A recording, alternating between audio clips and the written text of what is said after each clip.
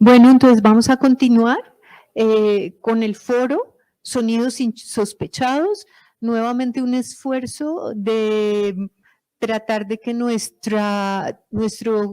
sector cultural en general, de gran diversidad, pues haciendo una distinción también que creo que deberíamos hacer, mantenernos diversos, pero no atomizados, ¿no? Esa situación en donde el plan de música está en la misma cuadra que Batuta y de pronto uno no se ve en muchos años, ¿no? Y la apertura de espacios más cotidianos para la construcción de política pública y para esa escucha de la que se habló en el panel pasado, es pues digamos, aquí estamos en cierta manera resistiéndonos a considerar que el país dejó de hacer reflexión sobre política pública de manera sistemática, y me gusta mucho la palabra permanente del maestro Rojas, para decir pues que en alguna época, en sus inicios, el ministerio tenía una oficina de políticas culturales que, más allá de ser una oficina, propuso unos diálogos de país y más que locutorios, como decía María Olga, bien decía, para oír y la gente dejar sus opiniones. Hubo un país que se movilizó en torno a un plan decenal que, más que un plan administrativo, era un lenguaje común que se construyó. Entonces, tampoco nostálgica soy, pero sí creo que con los cambios de las formas de ser, con los cambios del país, con los esfuerzos por una descentralización, sí debemos buscar formas mantenidas de reflexionar sobre las políticas culturales. Creo que este foro hace ese esfuerzo y agradezco mucho a los panelistas por estar acá y a los que nos acompañan.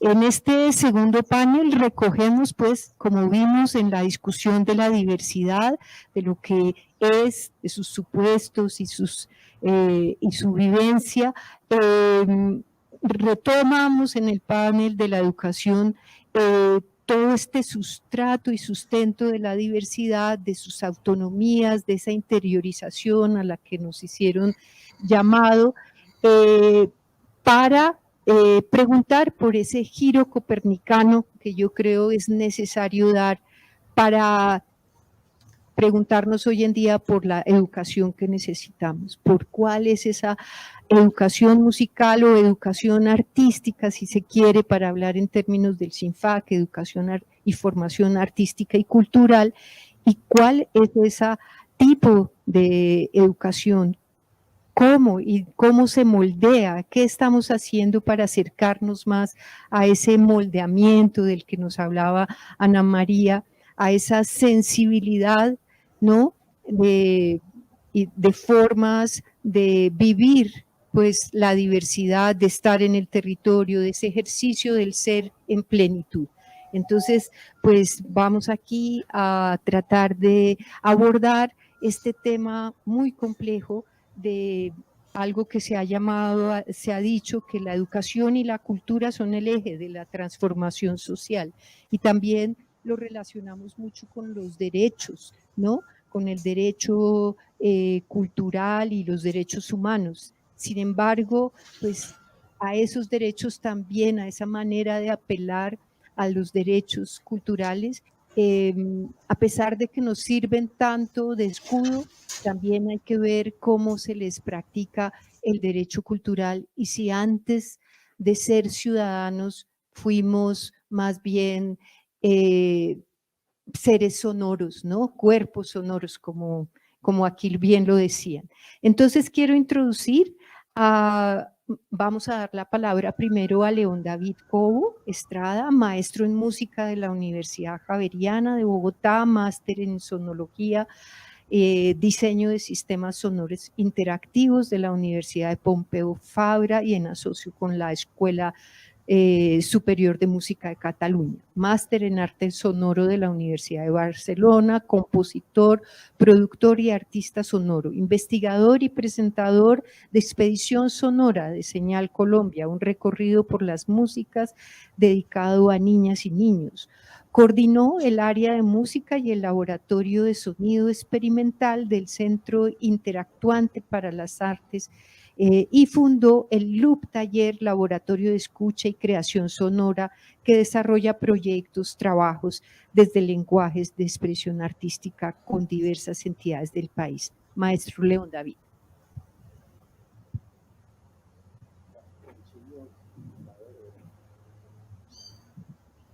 Es un gusto estar aquí esta mañana, compartir con todas y todos. Gente que conozco, que quiero desde hace muchos años. Me siento como cuando en la familia se muere alguien y se encuentra en un funeral o en un matrimonio. Yo quiero creer que esta es una celebración y vamos a celebrar la escucha, como decía el panel anterior, y he titulado este texto,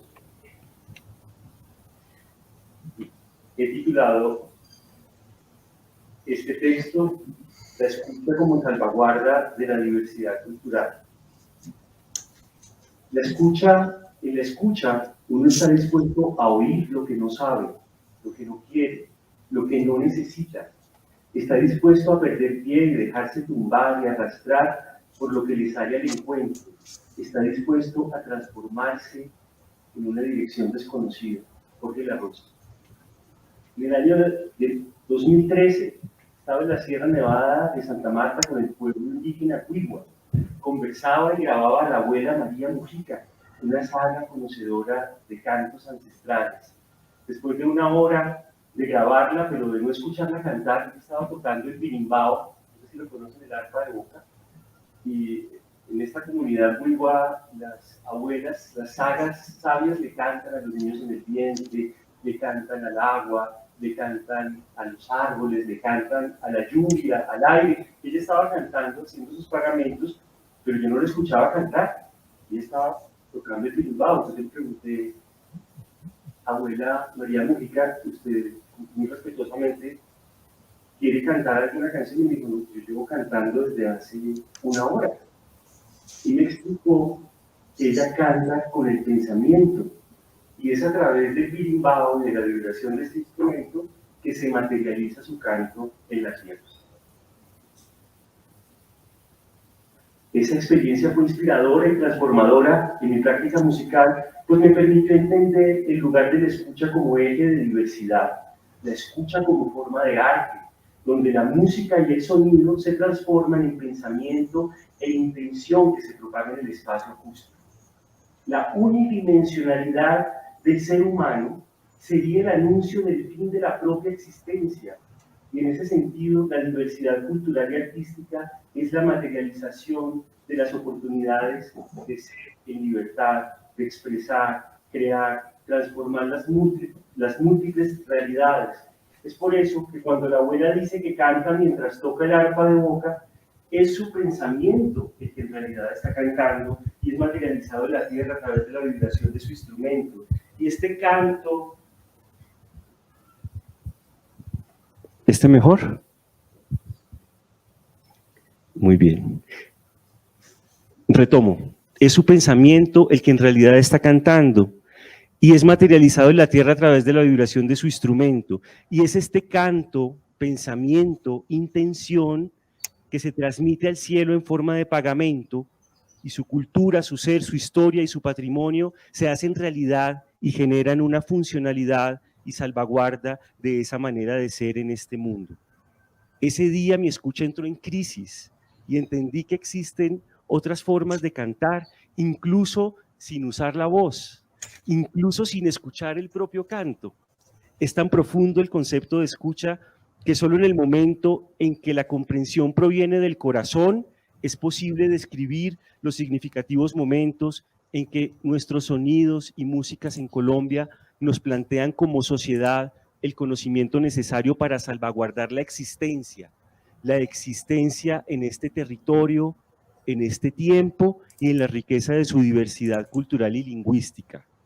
Son muchos años de trabajo explorando y escuchando las expresiones sonoras y musicales en Colombia. En los últimos 11 años, con la producción de Agua, Viento y Verdor, con la recopilación de 21 pueblos indígenas en 3 volúmenes de arrullos, cantos, relatos y paisajes sonoros para la vivificación de las lenguas nativas desde la primera infancia, comprendí el rol de las políticas culturales y artísticas como oportunidad histórica de generar conocimiento, escuchar, registrar, interlocutar, participar, construir y por supuesto crear un archivo de memoria, siempre de la mano con las comunidades, siempre construyendo y escuchando a las comunidades, para que esta generación y las venideras ejerzan el derecho de conocer sus propias y originarias identidades, de sentir, de vivir e interpretar ese patrimonio en su formación musical.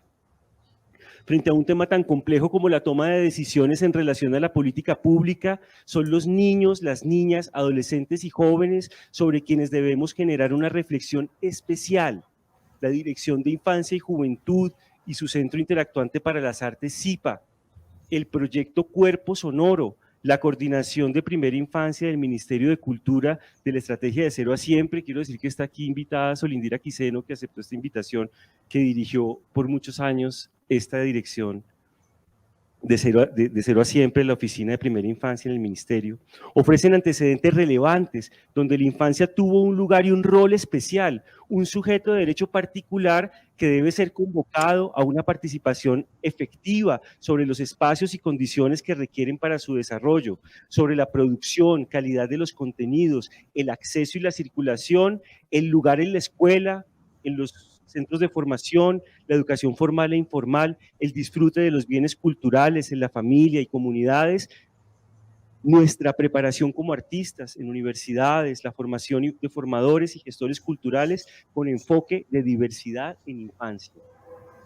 En ese entonces en el CIPA contábamos con un laboratorio de experimentación, creación artística, también está aquí Carolina, que fue precisamente maestra de piano para esos niños y esas niñas. Les estoy hablando del año 1997, cuando nació el Ministerio de Cultura.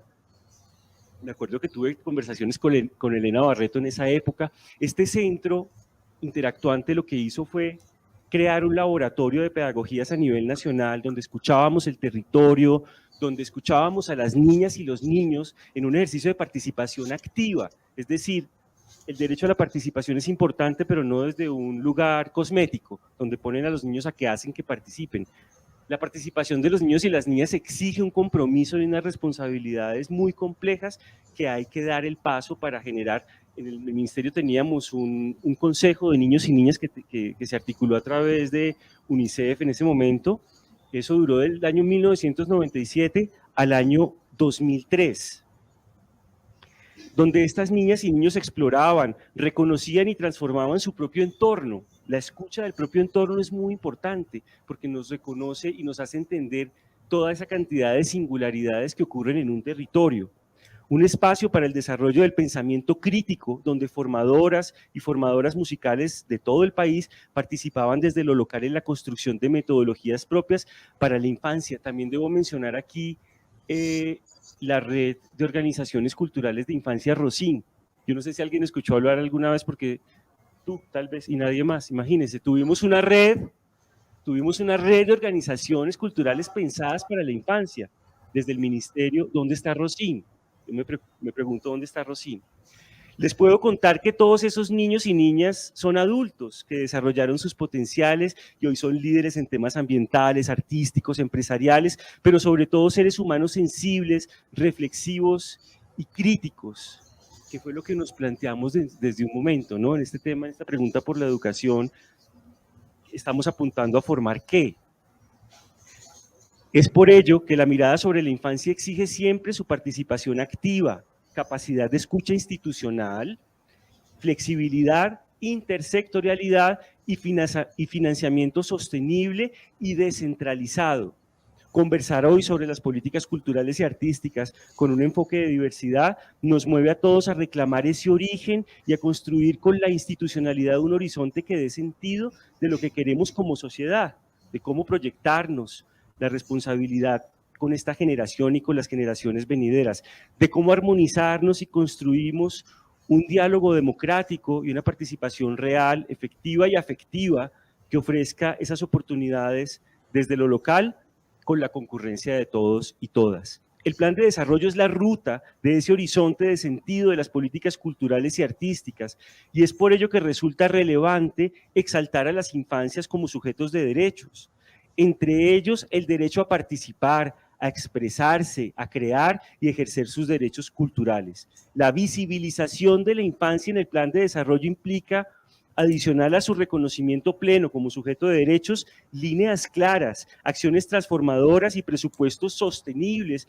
que impulsen el desarrollo integral de estas poblaciones, recursos financieros asequibles, transparentes y eficientes para cada niño, niña y adolescente que participe, cree, construye y movilice todas sus capacidades en la interdisciplinariedad de las artes, bajo el amparo de la Constitución, la Ley 1098 de 2006 de Infancia y Adolescencia y por supuesto de la Ley 1804 de 2016 para el desarrollo integral de la primera infancia.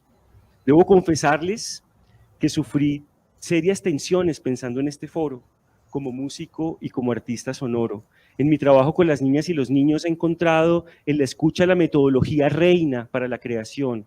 Como músico y sin querer traicionar mi formación académica, he tenido que transformarme y cambiar de piel en muchos sentidos, muchas veces.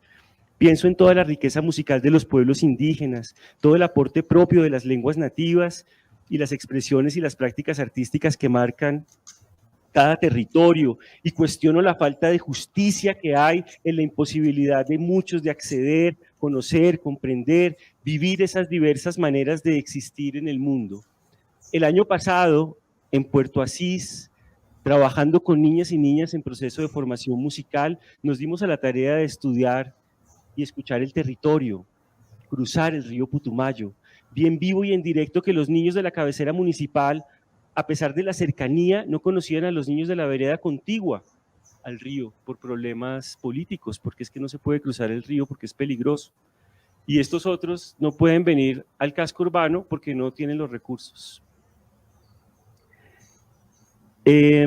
No conocían la vereda contigua al río de la comunidad indígena Inga, que por ejemplo son bilingües. Intercambiar, ponernos en diálogo entre poblaciones diversas y que los niños pudieran vivenciar esas realidades al lado del río es lo que me motiva a bosquejar estas dudas respecto a nuestra visión y proyección de las políticas culturales.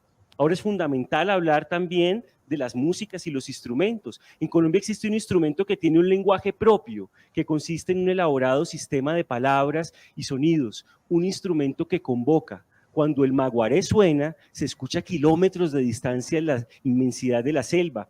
Está hablando, está convocando a la comunidad que puede interpretar el mensaje que se guarda en diversas series de sonidos complejos. El maguaré es, hagan de cuenta, la taquetina en la India, es un lenguaje musical que funciona independientemente del lenguaje bora, que también está en riesgo de extinción. Les estoy hablando de Puerto Arica, Putumayo.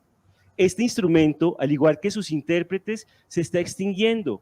La desaparición de esa manera de ser y de pensar empobrece la cultura y por tanto aquí se define otra línea política respecto a la salvaguarda, ya no solo de las lenguas nativas, sino además de sus prácticas sonoras y musicales propias y de sus instrumentos musicales, su fabricación, uso, divulgación, para que la política cultural avance en ese derecho que tenemos todos de conocer nuestro propio patrimonio vivo o agonizante. ¿Por qué es impensable la extinción del violonchelo y los violonchelistas, pero asistimos indiferentes a la extinción del maguaré y otros instrumentos? La escucha nos expande, la escucha nos alimenta y la cultura es un alimento para la vida. Una visión integral de la formación y las prácticas musicales implica una especialización en los niños, las niñas y adolescentes, un énfasis en el territorio, en lo local, en la interlocución con lo global, en la sustentabilidad ambiental y en la sostenibilidad financiera de las líneas de política, de equidad y la justicia social para garantizar un acceso igualitario a toda la oferta institucional, pero también en la salvaguarda de la riqueza cultural, étnica y social.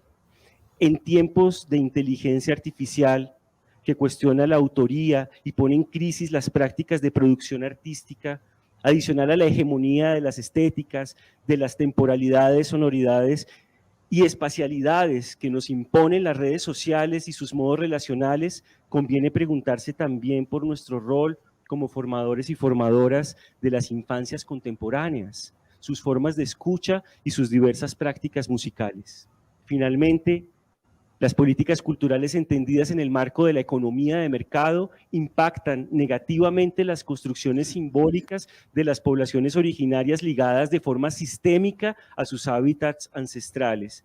Al expulsar de sus territorios al jaguar y la anaconda, arrasamos montes y bosques. Se están marchando con ellos las cosmovisiones de los pueblos que los habitan y, de hecho, también las memorias de los tiempos y las maneras de construir las narrativas esenciales del ser.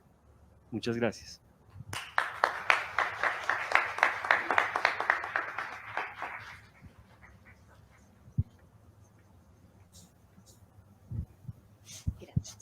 Gracias. Gracias, León David, y voy a darle entonces la palabra al maestro Mario Fernando Egas, licenciado en Pedagogía Musical de la Universidad Pedagógica Nacional, especialista en Educación Musical de ITEM de la OEA, especialista en Docencia Universitaria de la Universidad de Nariño, magíster en Etnoliteratura, Universidad de Nariño y doctor en Ciencias de la Educación, RUDE Colombia.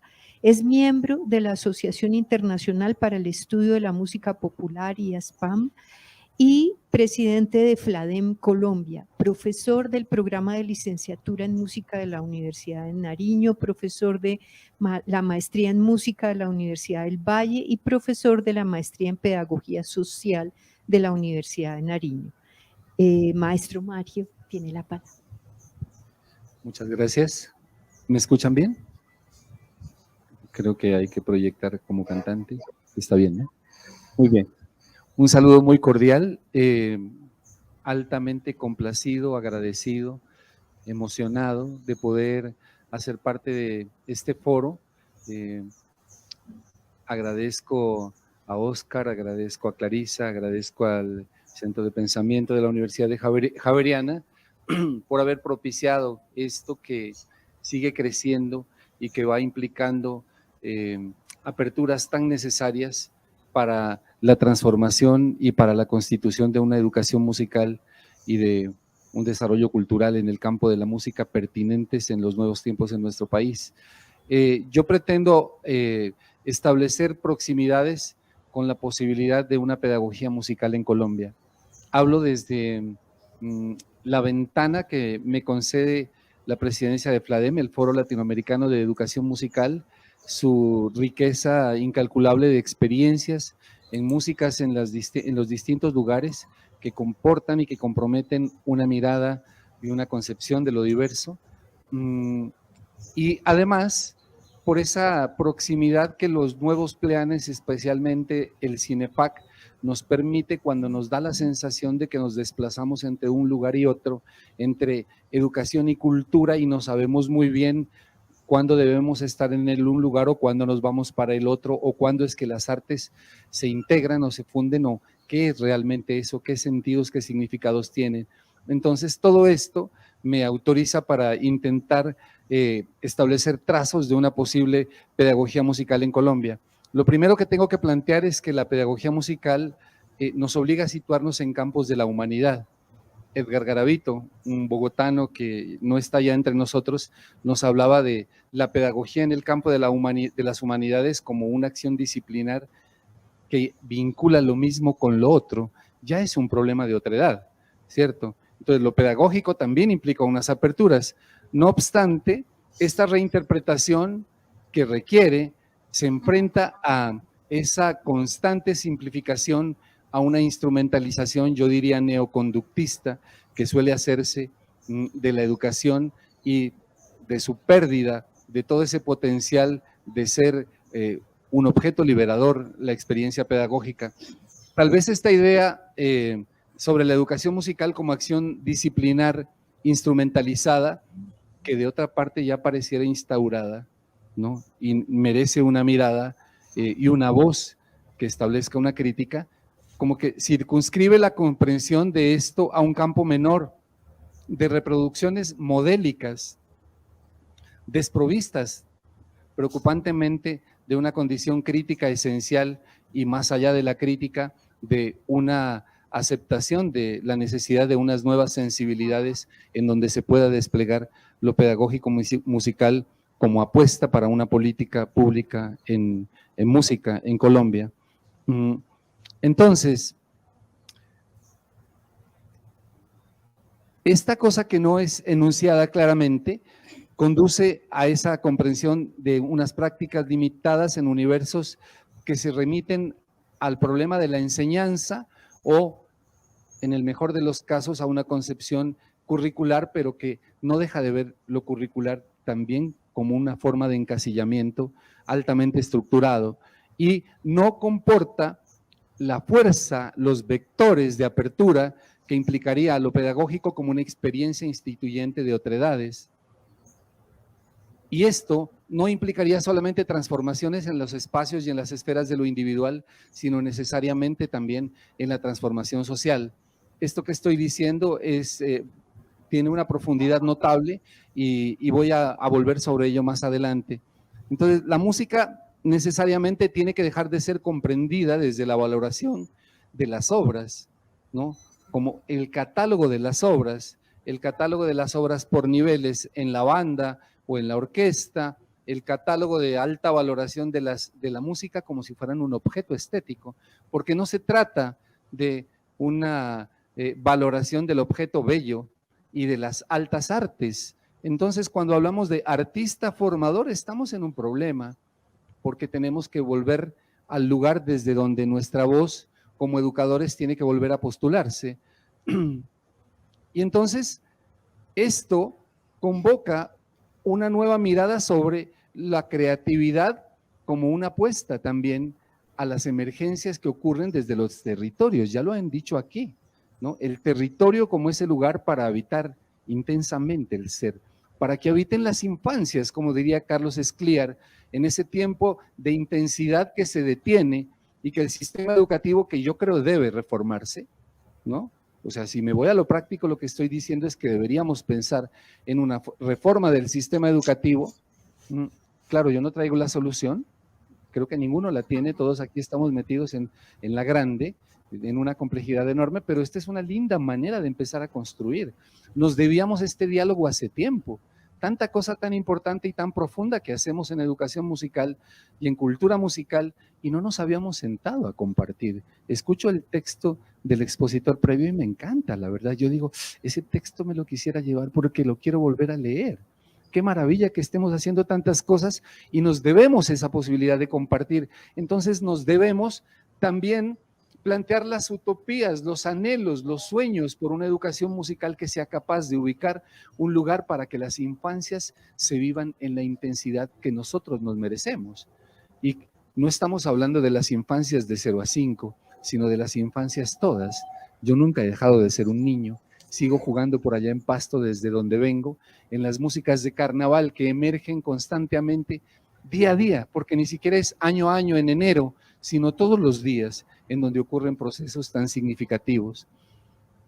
En todo esto, entonces, hay una situación y es que a veces se cree que como que surge por generación espontánea y nos saltamos el papel preponderante que merece el maestro como copartícipe de estas aperturas y de estas aventuras, ¿no?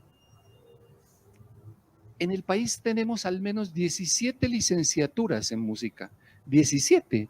Entonces, ¿qué pasa con ese caudal de profesionales altamente formados en música y con una sólida formación pedagógica? Que cuando yo escucho plantear las políticas en CINEPAC y me habla de integración de las artes y no me habla abiertamente de música o de educación musical, y cuando yo escucho por allá otros comentarios me hablan de artista formador y digo, ¿y entonces el rol del maestro de música? El maestro de música merece una voz, un reconocimiento, un lugar, una aceptación de esa voz como un intelectual, líder y transformador de los procesos pedagógicos de la sociedad. Y creo que ahí hay que repensarlo, por eso el sistema tiene que cambiarse, tiene que pensarse en reconstruirse. Entonces,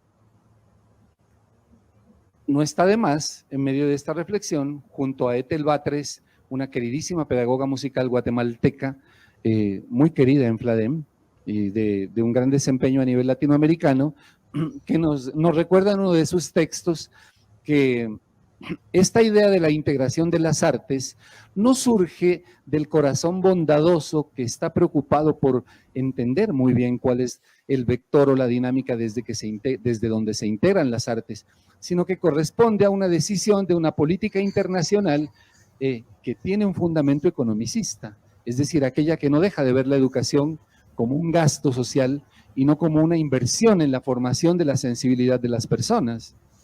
En ese caso, detrás de una intención, porque si es una intención que surge de lo económico, el interés más probable son los recortes. Entonces vamos a recortar en educación musical y el primer personaje en el que podemos pensar que puede dejar de estar en la escena es el maestro. Y eso es problemático, ¿verdad? Entonces, una política que nos anuncia los nuevos vientos y los respiramos esperanzados, debo decirlo, ¿no? Porque añoramos de verdad que estos tiempos sean para construir otras políticas en educación musical, pues no puede sustentarse en una contradicción como esa.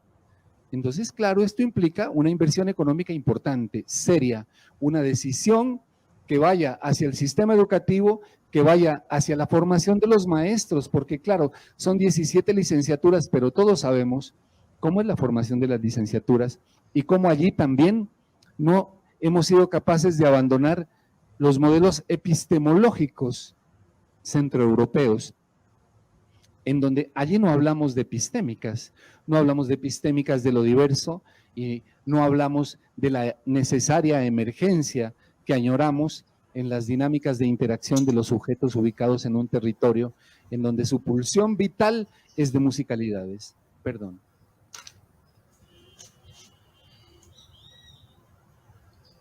Entonces, todo esto, sin duda, se trata de la diversidad.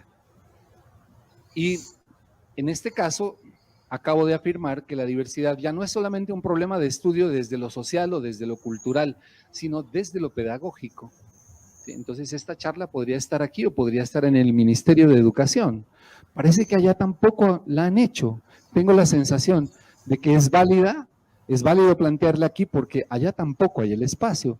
Entonces, nos debemos esa conversación de intentar una apertura para entender el trayecto pedagógico en diálogos hacia aperturas didácticas, metodológicas y en una variedad posible de experiencias que configuran un panorama amplio para tejer lo que en FLADEM llamamos pedagogías musicales abiertas. Violeta Gemsi, queridísima maestra de música a nivel latinoamericano, nos dice, abierto es sinónimo de creativo, libre, experimental, en todo caso, contrapuesto a fijo, cerrado, controlado, técnico, burocrático, pseudocientífico. Entonces, esta cantidad de experiencias maravillosas de la riqueza, de la diversidad de nuestro país que ocurren en la periferia, tienen que empezar a reclamar su voz, porque hay que hablar de las otras escuelas, las escuelas de músicas tradicionales en todos los Andes, que los Andes no solamente son los del centro, hay Andes en el sur también, y hay unas escuelas que son de músicas andinas del sur, aunque hayan abrevado de la fuente que quisieron originalmente con la buena intención en el sistema venezolano, de donde surgió la red en Medellín y de donde fueron unos expertos a tomar el modelo de la red de escuelas de música de formación musical de Pasto. En Pasto también hay red, pero esas redes tienen escuela de instrumentos andinos y sus músicas, sus creaciones, sus instrumentos, sus metodologías los círculos en donde se desplazan e interactúan estos haceres musicales son del carnaval. Se mueven en el carnaval, no van hacia otro lado. No están los repertorios didácticamente establecidos por graduaciones, sino que están pensados en maneras de insertarse en la vida real de las emocionalidades del territorio. Entonces estamos hablando de musicalidades que emergen. Yo le agregaría a la intervención que dijo que la validez de la comprensión del territorio es la potencia de entender la vida allí. Yo diría que esa potencia para nosotros tiene que ser entender esa vida como una emergencia de musicalidades. Y conste que lo voy a plantear desde la filosofía, ¿no? Heidegger es el que en esa relación música-lenguaje nos plantea que lo que pasa es que a las significaciones les brotan palabras. Es decir, que antes que la palabra hay significados, hay emociones, diría yo, hay sensibilidades, me atrevería a afirmar. Entonces, si antes que el lenguaje está lo sonoro, eso sonoro que horada todos los intersticios de la vida, quiere decir que la vida la podemos entender en el territorio como formas de musicalidad, y no de lenguajes, y no de racionalidades, no de discursos altamente construidos, sino de emocionalidades y de sensibilidades. Y yo creo que es allí donde tiene que jugarse una apuesta importante y seria, una política pública de educación musical para el país, en entender que desde la musicalidad que emerge en los territorios, comparto con Michael, la apreciación de que tenemos que mirar desde el otro lado también. O sea, estas musicalidades tienen que emerger en los territorios, ¿no? Y deben recibir una alta valoración y nos lanzan una pregunta constante, ¿no? Hacia cómo es que entendemos este sentido. Entonces, la música hace tiempos que para nosotros tuvo que haber dejado de ser lenguaje. Esa frase que tan fácil le llega a la voz a todos, que es que la música es un lenguaje universal. Yo diría que no. La música entonces emerge como formas emocionales y sensibles en musicalidades que viajan quizás desde un mundo vegetal de los territorios, porque tienen otra forma rizomática y no son un lenguaje. Dejo esa pregunta, si ustedes quieren discutir después. No sé cómo voy de tiempo, se me acabó. Bueno, pudiera seguir conversando, pero la verdad simplemente dejo estas reflexiones y reitero mi gratitud porque es un verdadero placer poder estar acá. Muchas gracias.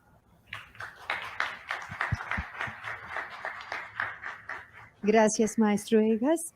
Y vamos a seguir con mi compañero, colega Santiago Trujillo, director del programa de cine y televisión de la Maestría de Gestión y Producción y de la Maestría de Gestión y Producción Cultural y Audiovisual de la Universidad Jorge Tadeo Lozano. Gestor cultural, músico y realizador audiovisual, comunicador social y magíster en estudios latinoamericanos, participó en la creación y dirigió por 5 años el Instituto Distrital de las Artes de Bogotá, IDARTES. Fue subdirector de la Orquesta Filarmónica de Bogotá, asesor del Instituto Distrital de Recreación y Deporte, violinista de la Orquesta Sinfónica de Colombia y se dedica a la consultoría cultural y social. Gracias. Santiago, muchas tienes gracias. la palabra. Creo que me escuchan bien con este, ¿cierto? ¿No? Con este me escuchan un poco más. Bueno, pues muchas gracias. Encantado de estar en este espacio de conversación. Cuando me han invitado a contar la experiencia de lo que se hizo en Bogotá, siempre teme uno caer como en una suerte de exposición de un informe de gestión trasnochado o una suerte de anecdotario de lo bueno y lo malo que sucedió. Yo quisiera no estar en ese lugar, quisiera ojalá que esta presentación que les voy a hacer pueda recoger un poco las apuestas fundantes, si se quiere, filosóficas, de qué fue lo que inspiró este proyecto y cuáles fueron esas discusiones que dimos en un momento que creo que pueden ser un punto de partida importante para la coyuntura actual. Pero no podría empezar esta presentación sin antes llamar la atención sobre que, aunque estoy muy contento y muy de acuerdo con las preguntas que inspiran este foro y particularmente este panel, creo que para hablar de formación o educación musical, primero también hay que abordar el debate de la formación artística. Creo que uno no es posible sin el otro. Y creo que parte de lo que deja ver la miopía con la que se está tratando este tema en la coyuntura actual en el país es que estamos hablando de formación musical sin ni siquiera abordar de una manera equitativa, incluyente, la formación artística en otras disciplinas o en otras inter y multidisciplinas. Pero ojo, ese no todavía es un problema del debate que está por darse, sino que hay otro que me parece todavía más importante, y es en donde subyace o en donde están contenidos estos otros dos debates y que corresponden seguramente a cuál puede ser o debería ser la apuesta de una visión de políticas culturales progresistas en el siglo XXI en el primer gobierno progresista de Colombia. Y lo digo porque ojalá el próximo debate que hagamos en este espacio, en Instituto Pensar o con la Tadeo o en cualquier otro escenario académico, sea sobre todo hacernos esa pregunta, porque si hoy bien Colombia transita en unos discursos muy potentes sobre lo que es el pensamiento progresista, por ejemplo, en las ciencias, en la política ambiental, en la transición energética, en modelos educativos, pues la pregunta que tendríamos que hacernos es cómo estamos transitando esa agenda en las políticas culturales. Y yo creo que ahí hay una pregunta fundamental, porque si no resolvemos ese debate, pues vamos a empezar un poco a plantearnos preguntas y debates que ya hemos hecho.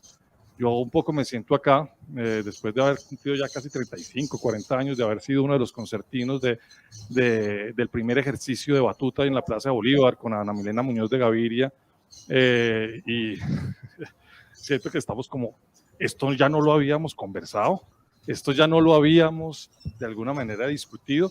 Entonces siento que estamos un poco como ante el escenario de discusiones repetidas de unos debates que, como bien decía Clarisa, por alguna razón dejamos de conversar, y pues celebro mucho que estemos aquí haciéndolo. Por lo pronto, pues no voy a hablar de eso, que me encantaría hacerlo, muero de ganas de hacerlo en foros muy amplios, pero me voy a suscribir estrictamente a la premisa que me propusieron.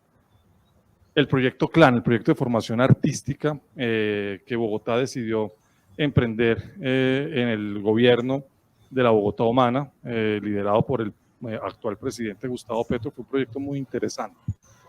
Había ahí un propósito gigante, y pues aquí está nuestra secretaria de Cultura y muchas de las personas con las que nos pusimos durante horas enteras a debatir, a conversar, dentro de la institucionalidad, pero también por fuera de ella, sobre cuál podría ser el modelo a implementar para poder construir exitosamente un espacio de formación artística y musical que fuera incluyente, que permitiera luchar contra la segregación activa que existía en la ciudad, que fuera factible de incorporar al modelo educativo y al currículo educativo escolar público, y que además obedeciera a una visión contemporánea de lo que podría ser la formación artística. Hicimos varios foros internacionales, nacionales, y de ahí salieron algunas apuestas o propuestas filosóficas que me parece importante poner sobre la mesa, porque de alguna manera seguramente tienen coincidencias con las que se puedan plantear actualmente, pero también seguramente aquí se podrán ver también las no coincidencias de las discusiones que estamos dando hoy.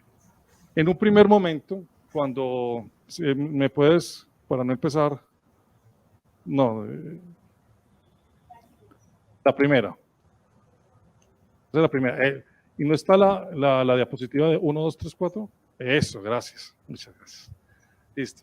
Entonces, digamos, lo primero que me parece importante aquí es plantear que nosotros en ese momento nos planteamos como la principal apuesta filosófica, y lo decía el plan de desarrollo. Yo he estado revisando este plan de desarrollo y no veo todavía como esa propuesta fundante filosófica de lo que inspira la apuesta de formación artística del gobierno, y me extraña porque en el plan de desarrollo de la Bogotá Humana quedó clarísimo: la libertad creativa. La apuesta del proyecto de formación artística no estaba construido sobre un eufemismo absolutamente trasnochado de la perfectibilidad humana, sino más bien estaba construido sobre la necesidad de que los niños, las niñas y los jóvenes de la ciudad pudiesen ejercer afirmativamente su libertad creativa. Y si a través de ese ejercicio afirmativo de la libertad creativa, en la formación en música, en danza, en teatro, en literatura, en las artes, podían encontrar la perfección, podían encontrar la convivencia, podríamos reconocer talentos, pues fantástico, pero nunca se planteó lo contrario. Y creo que aquí el orden de los factores sí altera los resultados y sí altera inclusive pues la visión misma de la política. Ese sería un primer llamado de atención porque pues pareciera que no está claro.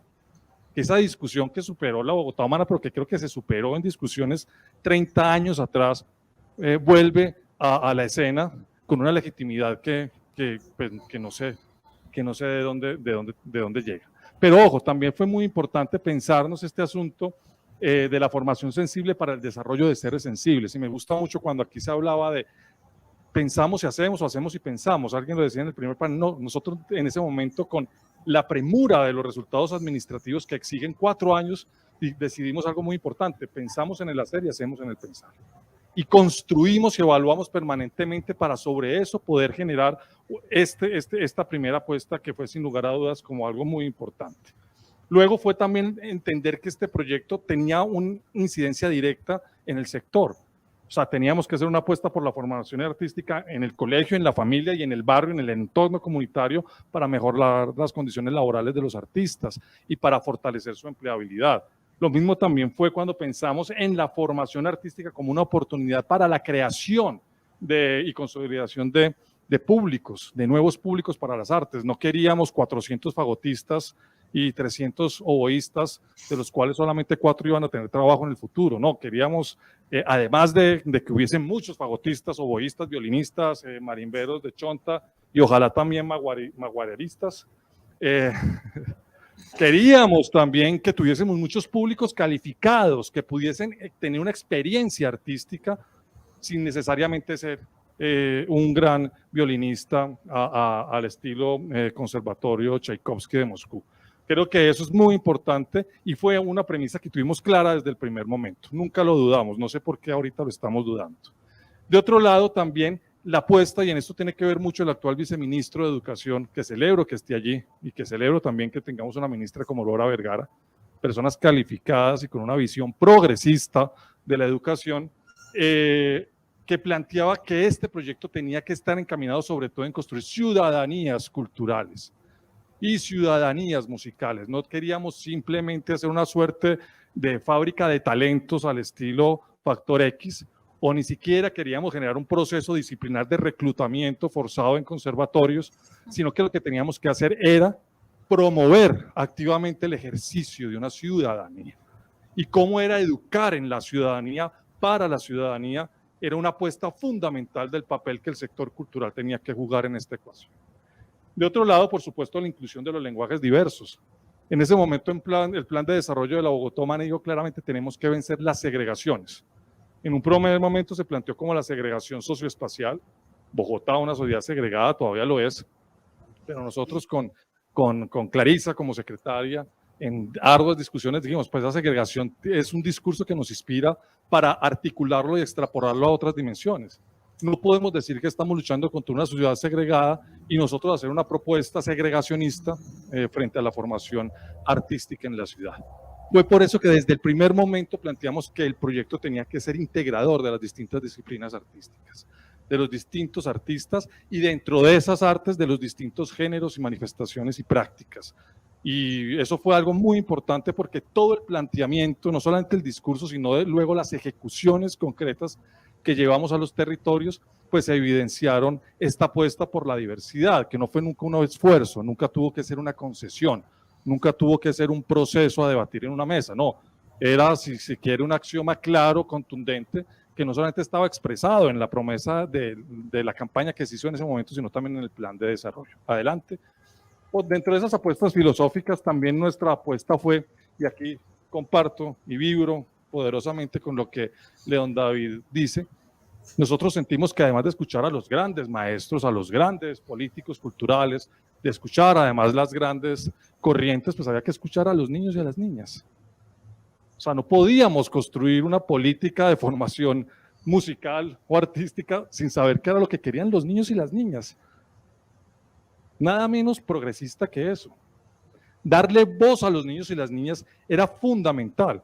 Y fue así entonces como pensamos que ese proceso de escucha se tenía que dar en el colegio, se tenía que dar en las familias y se tenía que dar en el proceso de construcción activa y colectiva de este proceso.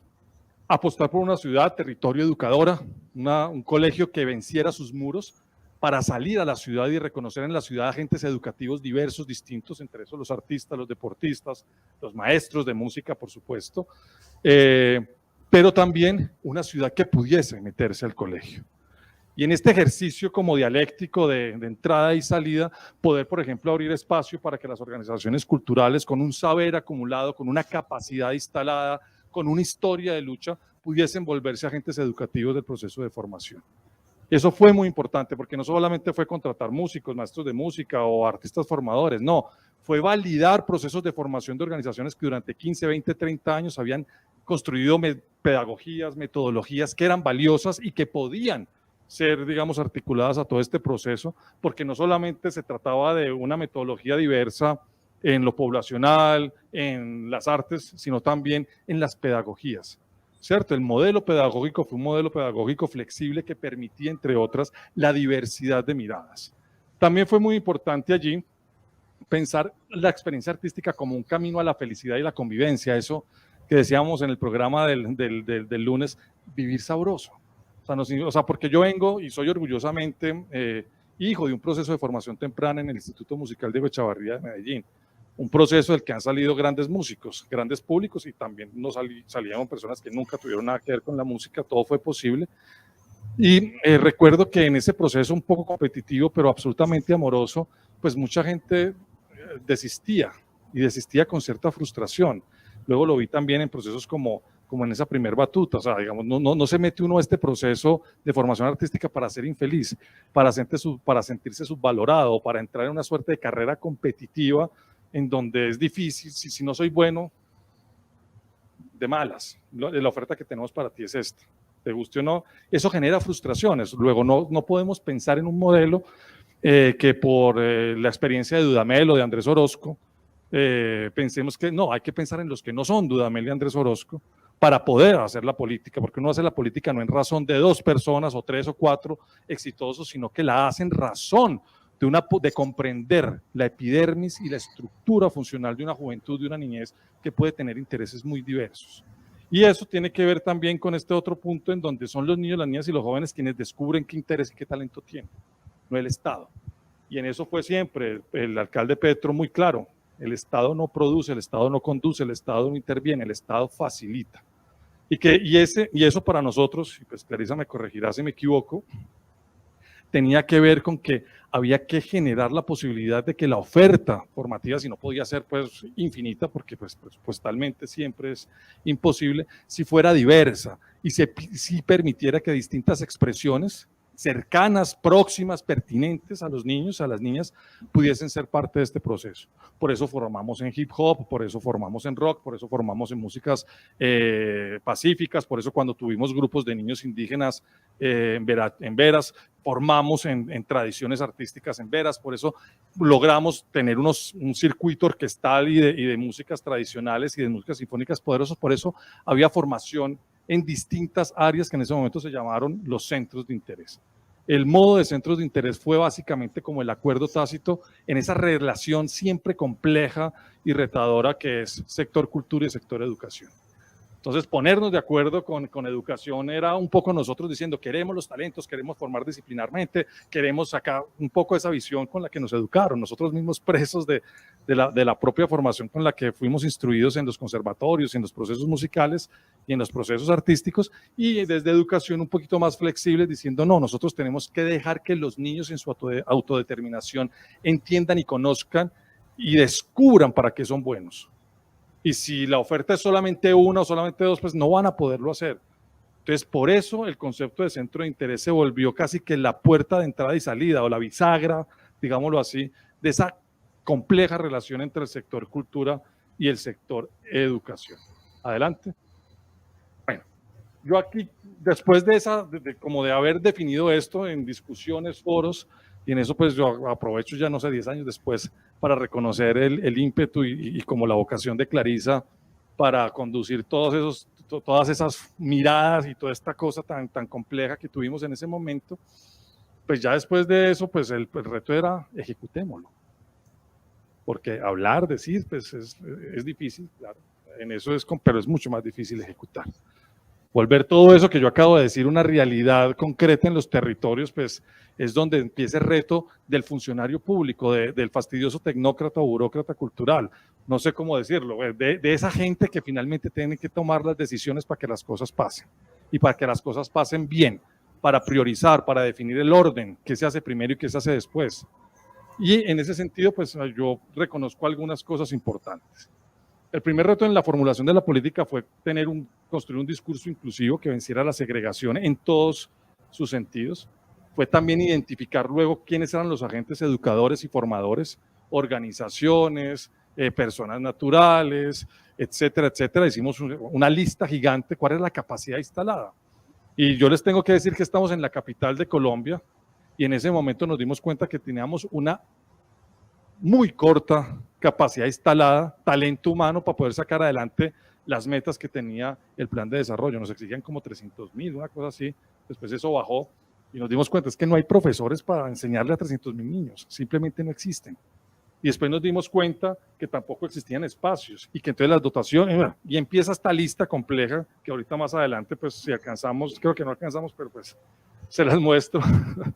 y entonces reconocer eso es lo primero. Y la pregunta es, ¿hoy lo sabemos? ¿Hoy siente el gobierno nacional que las casas de la cultura y estas pequeñas edificaciones que se llaman escuelas de música en los territorios, que creo que son bien pequeñitas, son suficientes para la apuesta y el reto, al menos en cobertura que propone? ¿Cuál es en este momento lo que se está pensando en el Ministerio de Cultura para, por ejemplo, resolver este pequeño asunto?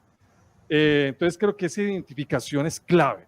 Lo otro tiene que ver con reconocer los procesos de base, creo que en eso sí se ha avanzado, creo que sobre todo, digamos, algunos sectores de la música, más que de las otras artes, se han movilizado de una manera muy importante, y yo reconozco eso, para poder reconocer unos procesos que vienen avanzando de un Plan Nacional de Música que dejó y ha dejado unos resultados realmente que hay que reconocer, que son importantes, pero que muchas veces se reducen a solamente unas prácticas y no a todas las prácticas posibles. Creo que ahí hay que hacer un esfuerzo en ese intento de reformular y fortalecer el Plan Nacional de Música para esta década que viene, de incorporar muchas más expresiones y muchas más metodologías, pero en lugar a dudas ahí hay algo importante. Lo otro tiene que ver con cómo se valoran las prácticas culturales del territorio, lo hablábamos el lunes. Es que para que una música sea posible, para que un teatro sea posible, para que una danza sea posible, tienen que pasar muchas cosas en un territorio. O sea, esto no es como un accesorio que llega ahí y se instala para que haya una música tiene que haber unas maneras de habitar el territorio, unas maneras de cocinar, de hablar, de pensar, de construir los relatos, una manera de cantar, un acento en la voz. O sea, tienen que pasar demasiadas cosas culturalmente en un territorio para que exista una sola música. Por eso defender el maguareo, defender eso debería ser imperativo en un país como nosotros. Pero creo que ahí hay una cosa muy importante sobre cómo valorará esta apuesta por la formación artística, las prácticas de los territorios. De otro lado, pues todo lo que tiene que ver con articular los distintos propósitos, las metas, las miradas, cuáles van a ser los indicadores, cuáles van a ser las metas, qué es lo que queremos medir, coberturas, transformaciones. Con Aurora Vergara, que hemos estado conversando estas últimas semanas y que estuvo en la universidad, en la Tadeo, y accedió como el semestre pasado a dar una conferencia muy inspiradora. Ella nos decía que cuando estaba como viceministra de Educación Superior, una preocupación poderosa era que los estudiantes en la universidad no estaban siendo felices y que cuál podría ser un indicador cuantitativo y cualitativo para medir la felicidad y la satisfacción de un estudiante en la universidad. ¿Cierto? Hoy pues me solidarizo también con la Universidad Javeriana por la difícil situación que están viviendo, cosa difícil. Pues ¿por qué no están siendo felices los estudiantes? En sus casas, en sus barrios, en sus vidas, en su universidad. ¿Cómo la universidad, además de formar profesionales, puede formar ciudadanos felices? ¿Y eso cómo se puede medir en un indicador? Entonces aquí la pregunta es, ¿cómo un proceso de formación artística mide o tiene un índice de felicidad, de satisfacción, de convivencia? ¿Cómo un proyecto de formación artística y musical en este país podría, por ejemplo, tener un indicador de paz, de convivencia? Si estamos apostando a la cultura de paz, ¿qué tiene que ver este proyecto con cultura de paz? ¿Dónde eso se está conversando? ¿Quién lo está enunciando? ¿Alguien lo ha pensado? Entonces creo que eso es algo que me parece también muy relevante. Ya para terminar, porque creo que se me acabó el tiempo, si me dejan, pues, ¿me puedes darle por favor clic? En temas ya, y ya que estos ya no lo voy a decir, pero se los dejo para que lo vean en la presentación, hay varias de las cosas ya mucho más pragmáticas, concretas, así no tan, sí, qué fue lo que no funcionaba bien, qué es lo que podía funcionar mejor, dónde teníamos que hacer los acentos. Yo lo dejo como un insumo para que quienes tengan ahorita la responsabilidad de sacar adelante este proyecto a nivel nacional puedan evitar cometer los errores o repetir los debates, los discursos que ya han sido ampliamente superados y que podrían ahorrar mucho tiempo del que creo ya lamentablemente se ha perdido. Entonces, como queda tan poco tiempo, no más de 3 años y 2 meses, 3 años y 4 meses, no sé cuánto queda, pues sería muy bueno, ojalá muy pronto, que muchas de estas cosas puedan al menos salir adelante. Hay más o menos unas 17 recomendaciones que yo dejo allí, que no alcanzo a leer, pero pues que las dejo para que en las memorias del foro puedan compartirse. Muchas gracias.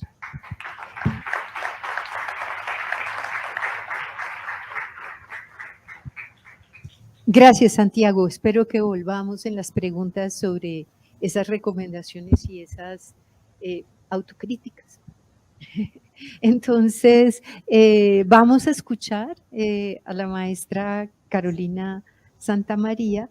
Ella es profesora asociada del Departamento de Música de la Universidad de Antioquia, maestra en música de la Pontificia Universidad Javeriana, máster y PhD en etnomusicología de la Universidad de Pittsburgh y coordinadora hasta el 2022 de la Maestría de Músicas de América Latina y el Caribe en la Universidad de Antioquia. Actualmente lidera el grupo de investigación Músicas Regionales de la misma institución. Carolina, muchas gracias y un saludo especial. Muchas gracias. Quisiera primero saber si me escuchan. Bien.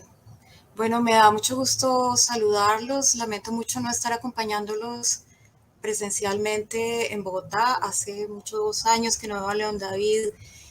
Muchas saludes, León David. Lo mismo pues a mi querido Mario Egas y a Santiago. Qué bueno verlos. Voy a aprovechar este espacio para reflexionar sobre un tema importante que tiene que ver con política pública y digamos de las muchas cosas que puedo hacer en mi vida cotidiana. Voy a centrarme particularmente en el tema de la formación posgradual de los músicos. Y aquí quiero comenzar hablando un poco sobre algo que decía hace un rato León David, que bueno, que aquí la clave es escuchar lo que no sabemos, pero también lo que no queremos escuchar. Y me voy a centrar en una mirada bastante pragmática de lo que está sucediendo con la formación postgradual en música a partir de esa experiencia que tengo de los últimos 10 años y que creo que es interesante conectarla con esto que estamos hablando acerca de la formación, de las políticas públicas.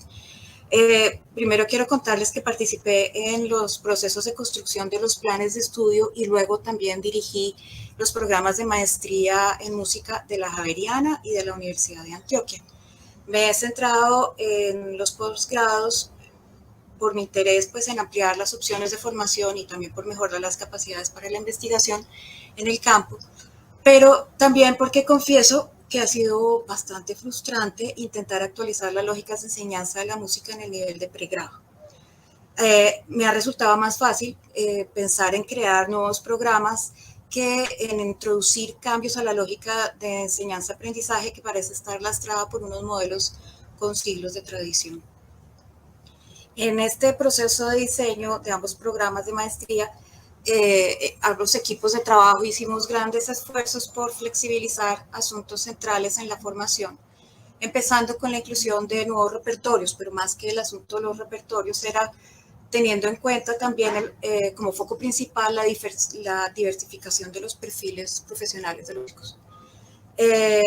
Considero que el programa de la Maestría de Músicas de América Latina y el Caribe de la Universidad de Antioquia ha logrado proponer un modelo alternativo que es muy interesante y pues les voy a contar un poquito acerca de la estructura de este programa para poder, digamos, poner unos ejemplos concretos.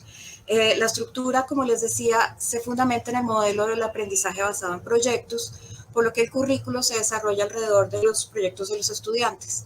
Los y las aspirantes con perfiles creativos de composición, dirección, interpretación, deben construir una idea o una pregunta que les permita explorar repertorios, técnicas, formas de interpretación, estilos, etcétera, que les lleve a definir un perfil artístico propio.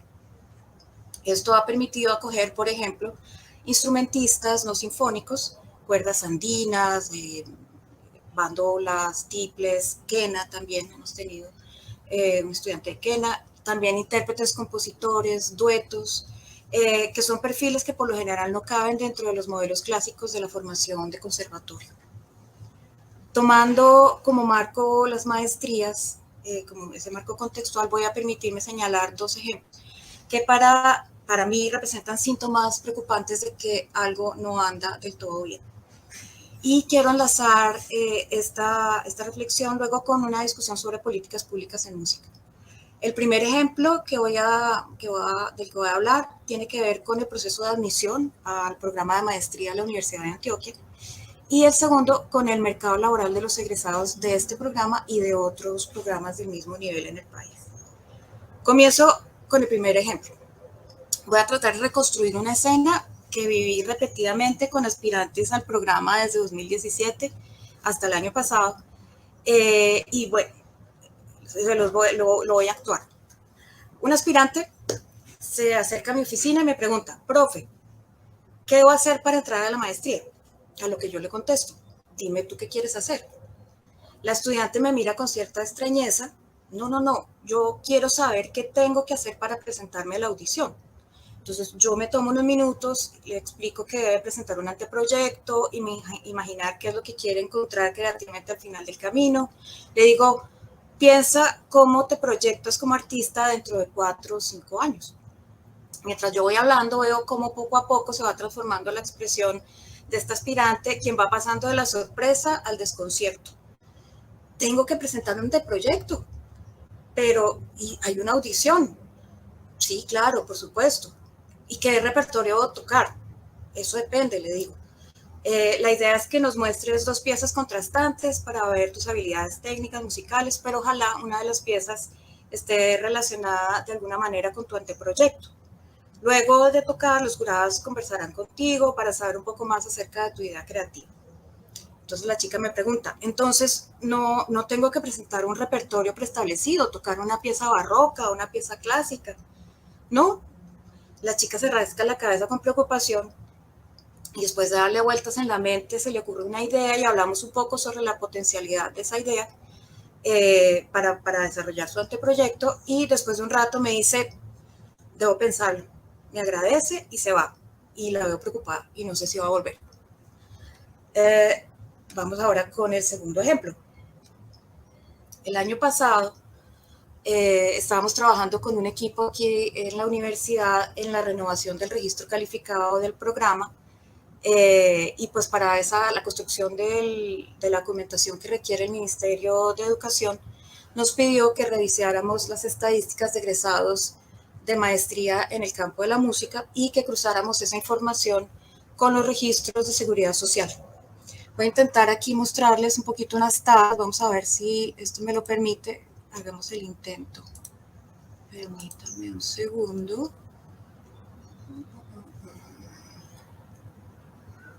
Esto me está creando algunos problemas. Aquí está. Vean, esta es la primera tabla que les voy a mostrar. Esta tabla muestra número de inscritos, admitidos y matriculados a programas en el campo de la música, programas de maestría en el campo de la música durante 6 años, entre 2014 y 2019. En total estamos hablando de 10 programas que estaban activos en ese momento. Quiero que nos centremos en el número de egresados, no vamos a mirar los detalles. 441 egresados. Honestamente yo me sorprendí mucho de que fueran tantos, no creí que fueran tantos. Y vean otro cuadrito. Estos son un cuadrito de vinculación laboral y rango salarial de estos egresados. Nuevamente, no nos quedemos en los detalles, sino que detengámonos nuevamente en el total, 221. Las matemáticas aquí son súper fáciles. la mitad de los egresados no cotizan a Seguridad Social, bien sea porque están desempleados o porque trabajan en la informalidad. Permítanme, yo dejo aquí de compartir. Bien, voy a hacer entonces una interpretación de estos dos ejemplos que los acabo de señalar para conectar esto con el tema de la política pública. En primer lugar, algo funciona muy mal cuando una profesional joven en su veintena o treintena, graduada de un área creativa como la música, se sorprende y se asusta cuando le preguntan qué quiere hacer. Quiere decir que es una pregunta inusual y que no se la han hecho a lo largo de su formación profesional y posiblemente tampoco se la hicieron antes, puesto que muchos instrumentistas vienen de procesos formativos previos. Hay otro asunto llamativo en esto. De las 4 cohortes del programa, casi no hemos tenido estudiantes de instrumentos sinfónicos, salvo 2 violinistas, un flautista, que en realidad es un flautista de jazz, y 2 saxofonistas, que no son propiamente, pues el saxo no es un instrumento propiamente de la orquesta sinfónica. Esto llama mucho la atención porque desde hace más de 10 años la red de escuelas de músicas de Medellín ha surtido buena parte de los estudiantes que llegan a los programas de formación universitaria de música en la ciudad. En Medellín tenemos alrededor de 8 programas, entre programas profesionales, técnicos y tecnológicos. Es decir, digamos, tenemos muchos egresados que seguramente vienen de la red, y como les decía, el énfasis de la red particularmente ha estado en los instrumentos sinfónicos. Entonces, la pregunta que le surge a uno es, ¿por qué los chicos de la red no están llegando a las maestrías? A mí se me ocurren varias respuestas para esa pregunta. Una es que varios de los aspirantes que se fueron espantados y asustados de mi oficina porque no sabían pensar un anteproyecto propio, muchos de estos aspirantes, probablemente venían de la formación sinfónica de la red. Otra posible respuesta para esto es que esos potenciales aspirantes a la formación posgradual ni siquiera se acercan a un posgrado titulado Maestría en Músicas de América Latina y el Caribe, porque no parece encajar dentro de sus perspectivas estéticas y laborales. ¿Sí? No, ustedes no se imaginan cuántos estudiantes de la Universidad de Antioquia que tocan instrumentos sinfónicos me dicen literalmente que quieren tocar ese instrumento porque quieren emigrar, quieren irse del país. Eso es una cosa que a mí me parece muy triste. Decía entonces que bueno, sería muy injusto decir que echarle toda la culpa, toda el agua sucia de esto que les estoy contando a la red de escuelas de música de Medellín. Entre otras cosas porque la Universidad de Antioquia es el operador de esa política pública a nivel municipal. Entonces, si es una crítica, en realidad es más una autocrítica, algo que nosotros mismos estamos haciendo. En este momento, digamos, el Departamento de Música de la universidad viene trabajando en ampliar cada vez más las perspectivas de formación musical más allá de esos moldes estandarizados del conservatorio y de la orquesta sinfónica. Y mientras paralelamente vemos que el equipo social de la red tiene este asunto absolutamente identificado desde hace mucho tiempo, pero la verdad es que el peso simbólico de esa tradición centroeuropea nos agobia todavía, particularmente en la formación universitaria. Voy a pasar ahora al tema de la informalidad laboral. Este asunto de estas estadísticas de informalidad laboral de los egresados, pues la verdad es que son devastadoras. Aunque el desempleo es un fenómeno multifactorial y no todo se puede atribuir a lo que sucede en los procesos de formación profesional, la formación, sí es un factor importante en un mundo globalizado que valora la flexibilidad y la versatilidad. Los músicos que estamos graduando no tienen las herramientas necesarias para el siglo XXI, porque seguimos agarrados a un estándar del siglo XIX. Estamos atrapados en un modelo que alimenta el virtuosismo, la noción de talento y la estandarización de roles en un marco predominantemente análogo, donde nos centramos en cuerdas y columnas de aire vibrando dentro de tubos, mientras que al mismo tiempo vivimos nuestras vidas cotidianas en un mundo digital, donde ya los artistas componen con samplers y gestionan sus carreras a través de YouTube e Instagram. Y ni siquiera estamos hablando de las cosmovisiones o de las epistemes de las que estaba hablando hace un rato León David, o que nos habló más temprano Ana María Arango. Es decir, eso ni siquiera lo tenemos, digamos, en perspectiva, o no lo suficiente por lo menos. Entonces estamos viviendo realmente en un escenario bastante esquizofrénico. Estos ejemplos, digamos, que les estoy señalando, no hacen más que corroborar algo que ya se ha dicho. Digamos, el estudio de Geoffrey Baker sobre la red de escuelas de Medellín ya ha señalado muchos de estos asuntos que yo estoy señalando aquí, así que no es ninguna novedad. Es cierto también que la red es un modelo de inversión en política pública, música, que posee muchas virtudes, que por esas razones, pues, digamos, es la envidia de muchas ciudades, no solamente en Colombia, sino alrededor del mundo. Pero la verdad es que la forma en la que fue estructurada originalmente la red ha dado también unos problemas muy difíciles de resolver. Esta experiencia concreta nos debería poner en guardia. El diseño de una política pública debe alejarse del sentido común, de esas miradas, esas ideas románticas acerca del poder de la música y de la salvación de los niños a través de los instrumentos sinfónicos, en fin. Y debe ser una construcción que debe construirse, que debe hacerse de manera concienzuda, desde la crítica y una investigación que tenga en cuenta lo empírico también. No es responsable entrar a diseñar una política pública que favorezca estructuras jerárquicas piramidales y que se centre en la identificación de talentos prodigiosos. La ideología que está implícita detrás de estos modelos deja unos pocos héroes, como señalaba hace un rato un Gustavo Dudamel, un Andrés Orozco, son ejemplos muy interesantes, pero al mismo tiempo está produciendo un reguero de músicos profesionales desempleados, y eso es un tema que tenemos que discutir muy en serio. Muchas gracias.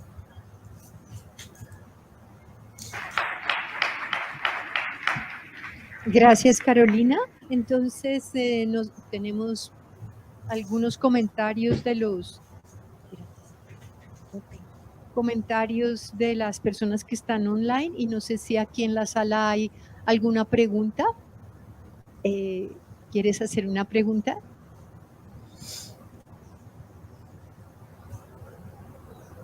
Gracias. Yo quería preguntar sobre el tema de estos espacios de educación musical como de verdad espacios de cuidado, ¿sí? Me preocupa lo que estoy viendo en términos de salud mental con mis propios estudiantes. Sabemos que la salud mental en el país en este momento está, pues es una alarma, ¿no? Es una alarma nacional. Y entonces cuando veo como propuesta estos 5 niveles y este tema, digamos, de competencia y que se hable de los virtuosos y todo eso, yo sí siento que nosotros deberíamos como asumir una posición frente a esas pedagogías del cuidado, y me preocupa todos estos chicos de los que habla Carolina Santamaría que están egresados sin trabajo, también esos niveles de frustración, y entonces luego ven en la educación musical como un escampadero, pero cómo se están relacionando con nuestros chicos. O sea, eso no es como echarle más leña al fuego a la tristeza, a la frustración. Entonces, ¿cómo de verdad defender estos espacios como espacios de disfrute, ¿no? Bueno, no sé, lo dejo por ahí, pero eso me preocupa también.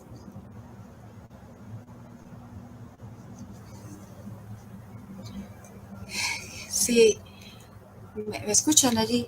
Sí, yo estoy de acuerdo. Los niveles de frustración que estamos viendo son muy grandes. El asunto de la salud mental, los chicos que no pueden terminar sus estudios porque sienten que no, primero, que no son lo suficientemente buenos. La idea de esta cuestión del virtuosismo hace que muchos desistan también. Y la imposibilidad de pensarse un proyecto de vida, y un proyecto de vida en Colombia. A mí me sorprendió mucho lo que decía hace un rato Santiago, que decía que no teníamos profesores para enseñarle a 300.000 estudiantes en Bogotá. Y yo digo, pero tenemos un montón de egresados en música que quizás numéricamente serían capaces de poder atender esa población. El problema es que les estamos dando las herramientas para hacerlo, ¿no? Como tampoco les estamos preguntando ni a los chicos ni a los jóvenes qué quieren hacer, estamos como en una zona gris que pues está llena de frustraciones y de problemas de pues, empleabilidad muy complejos.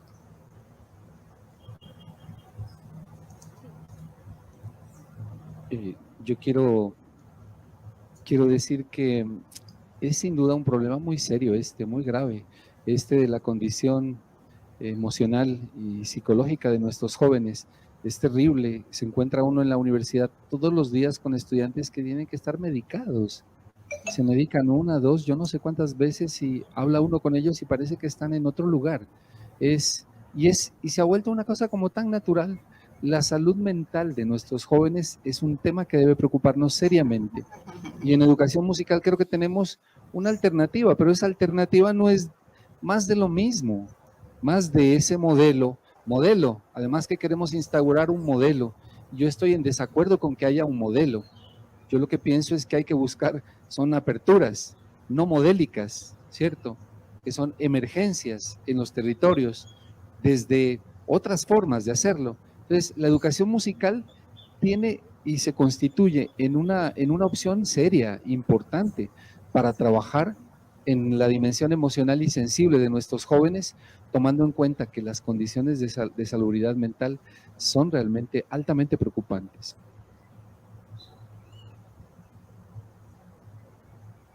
En relación a la salud mental, y yo que me he movido por estos territorios colombianos, el territorio es cambiante, por supuesto, pero en este momento estamos en llamas.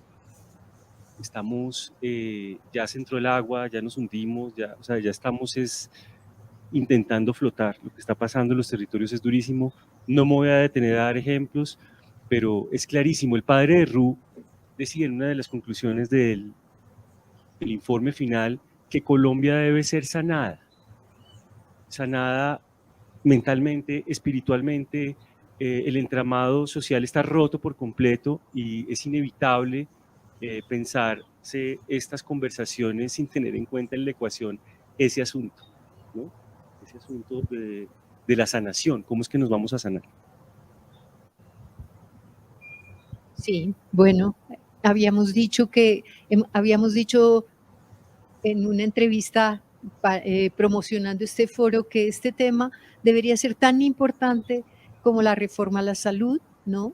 Porque estamos pidiendo reforma a la educación también, y tan importante como el tema del extractivismo.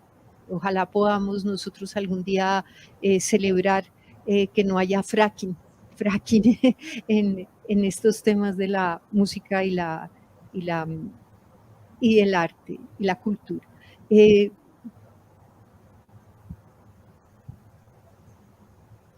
Gracias a todos por las interesantes exposiciones. Tengo una pregunta, comentario para Santiago, y es, digamos, en todo ese diseño y en todo ese trabajo que nos acabas de narrar de cómo se formuló el proyecto de la Orquesta Filarmónica de Bogotá y de IDARTES, que actualmente pues ya tiene creo que más de 10 años o 10 años con sus aprendizajes y demás, donde tú mencionas básicamente como una lista de actividades que son garantía de éxito y de una visión que perciba lo que ya venía y que posibilite diálogos con las cosas que también existen o podrán existir en el futuro, como los discursos inclusivos, la identificación de agentes, el reconocimiento de los procesos de base, etcétera, y así como ejecutores y aliados y saberes y demás. Yo quiero preguntar, ¿qué pasó? ¿Por qué si ustedes como técnicos y como un personal, un grupo creativo liderado por Clarisa, con toda la experiencia, el conocimiento, etcétera, diseñaron esta política que actualmente es bandera en Bogotá y que todos reconocemos como algo que le ha dado muchísimo valor? porque si es la misma línea de política, de pensamiento y de filosofía y tendencia, digamos, de gobernabilidad, que nos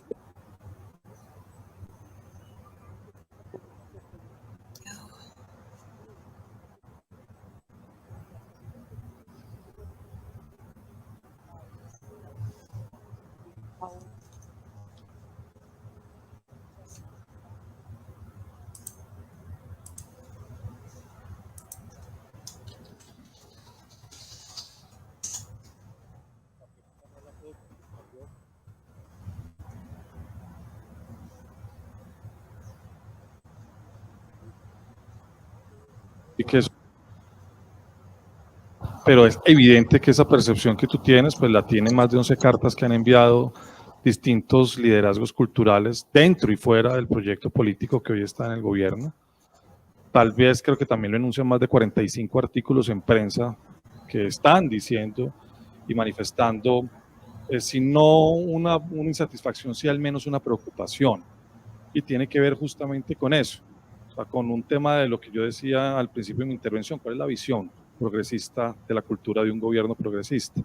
Y eso cómo atiende, digamos, también a una construcción colectiva que se dio en un momento y que podría también darse ahora, porque creo que estamos justamente en eso. Yo creo que no hay que renunciar a esa posibilidad. Yo creo que hay gente muy sensata y muy competente en el sector artístico, en el sector musical, dentro y fuera del gobierno, que pueden ayudar a que esto salga bien. De hecho, creo que este foro, así algunos puedan calificarlo como que es un evento, no sé cómo lo califican, no quiero entrar en esas, pero de golpe alguien puede decir, no, es que ya están esos diciendo como, ¿cierto? Haciendo cacerías de brujas, ese tipo de cosas, o tomándole fotos a los chats para saber quién dice qué y a ver quién es del equipo y quién no, ese tipo de cosas que suelen pasar muchas veces cuando la gente se siente débil, muchas veces se siente perseguida. Y no podemos iniciar aquí un diálogo de perseguidores y de perseguidos, nada más colonial, nada más medieval que eso. Estamos en el siglo XXI, estamos haciendo una apuesta justamente por darle una cabida a la diversidad y creo que ese nivel de apertura tiene que dejar de ser simplemente como un asunto de tratar a los artistas como meseros. Ahora cualquier problema hacemos una mesa. Ustedes tienen a los artistas de meseros yendo a cuanta mesa va, pero nadie dice qué es realmente lo que está pasando. Nadie ve cómo se traduce eso en acciones concretas, ni en el plan de desarrollo, ni en las ejecutorias cotidianas de quienes hoy están en el ministerio. Pero yo creo que es necesario que dejen de tratar a los artistas como meseros y empiecen más bien a tratarlos como agentes subjetivos y objetivos de la realidad cultural del país para que podamos hacer un proyecto como se lo merece este país. Es que la lucha fue muy ardua y sigue siendo muy ardua, y creo que el país cultural se merece que le vaya bien, y yo creo que tenemos toda la oportunidad de hacerlo muy bien, de acompañar, de ayudar. Ojalá pues ese espacio de ayuda y de oportunidad de ayuda se dé. Yo creo que pues siempre habrán disensos, y yo creo que no hay nada más progresista que trabajar en el disenso para construir proyectos colectivos, pensamiento colectivo para la acción colectiva, aprender en el hacer y hacer en aprender, estribillos, el Ubuntu también, vivir sabroso, y somos porque somos, todas estas cosas que son tan poderosas, que son parte del ADN poderoso del proyecto que hoy está impulsando un incremento importante en el presupuesto de la cultura, que esperemos se mantenga. Las proyecciones del Ministerio de Hacienda pues nos vuelven a preocupar, pero estoy seguro que eso se va a corregir.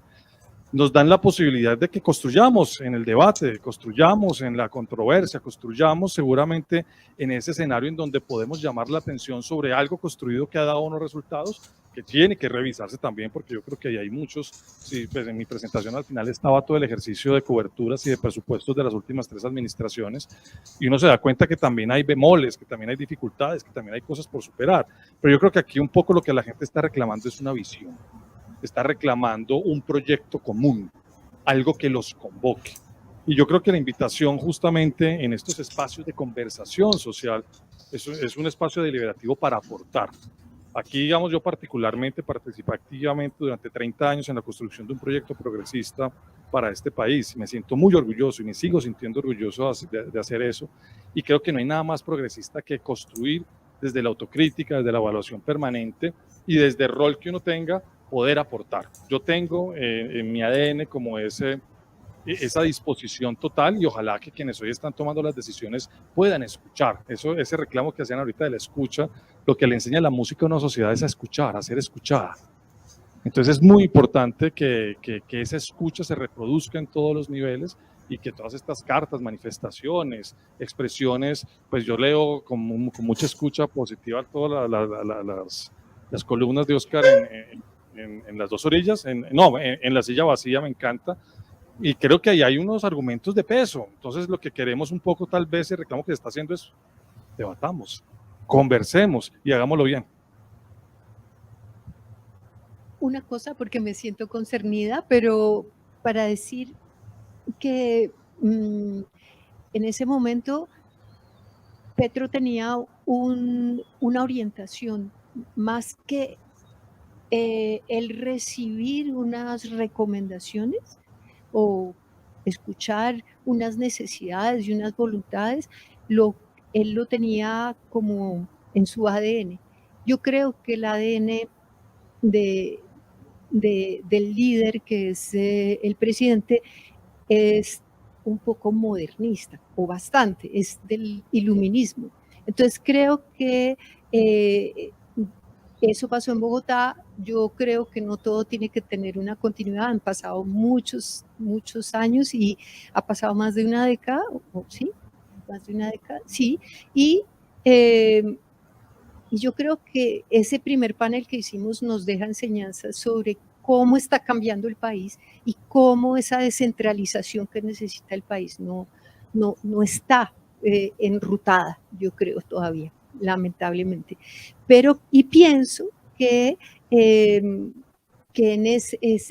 era muy claro en la proximidad del arte y la cultura y el deporte, o sea, del cuerpo, de la cuestión sensible en el currículum, de la transformación de la educación, pero también me parece que el modelo venezolano sigue deslumbrando, generó problemáticas en Venezuela, fue muy atractivo para los europeos, que lo señalan pues como, mejor dicho, lo apropiaron más los europeos que los mismos venezolanos, sin negar que obviamente un sostén de una política cultural con una financiación y una fuerza de liderazgo tan grande como la tenía el maestro Abreu y los que lo rodearon, pues hizo.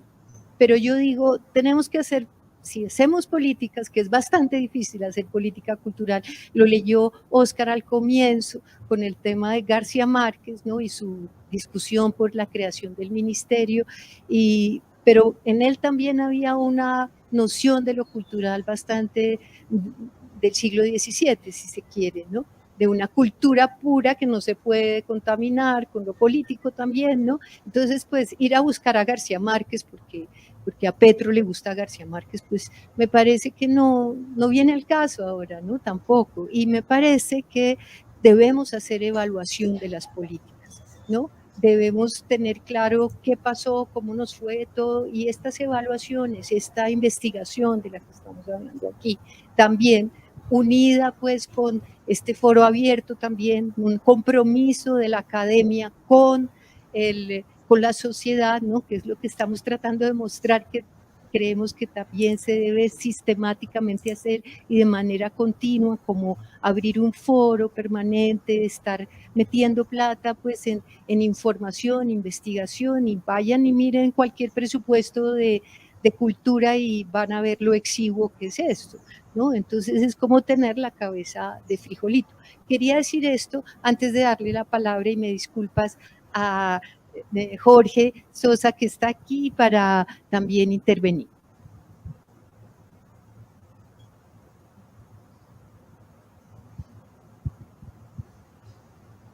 Gracias, Clarisa.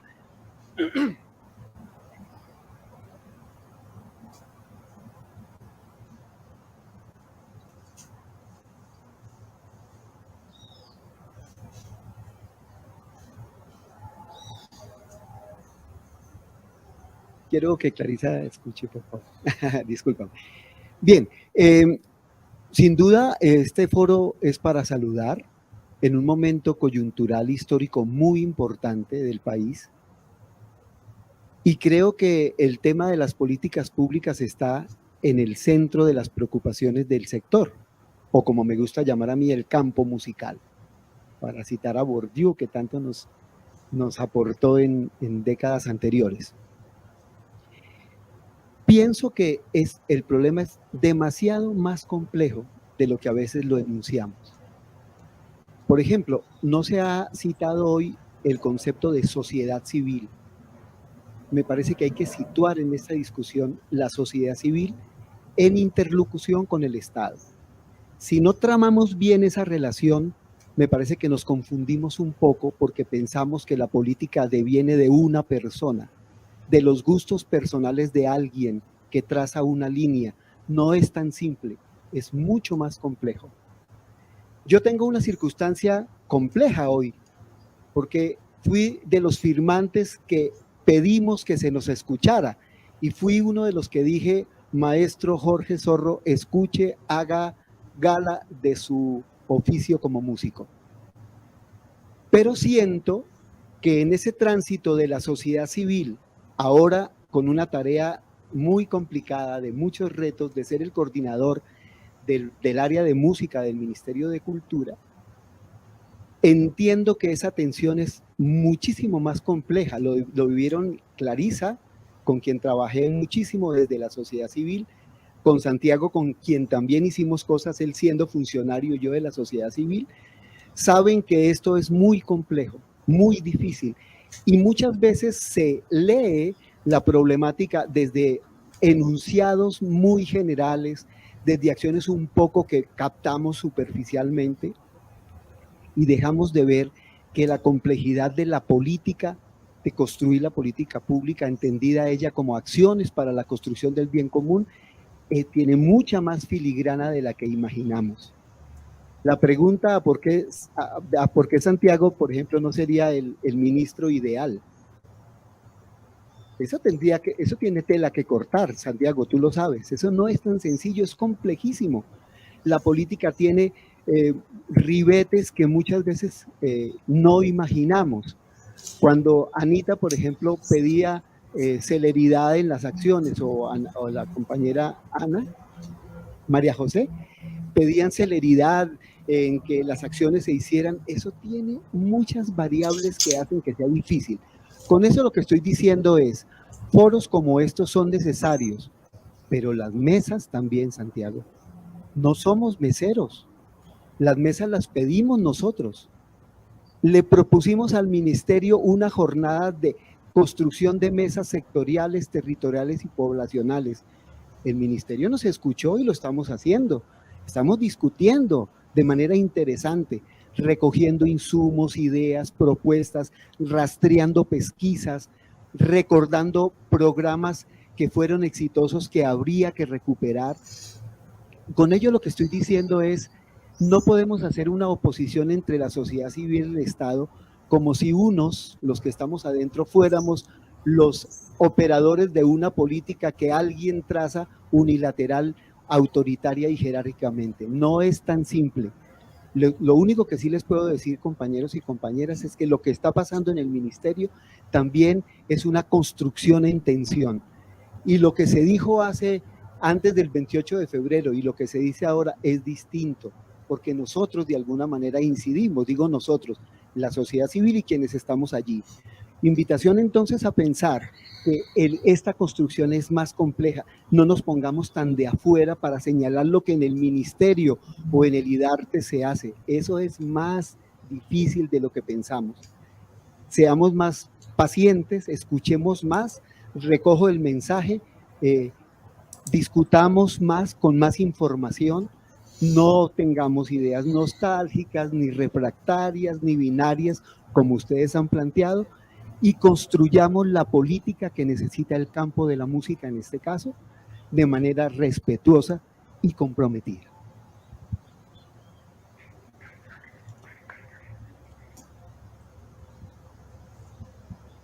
Le agradecemos muchísimo la intervención a Jorge. Estamos cerrando la mañana, Clarisa.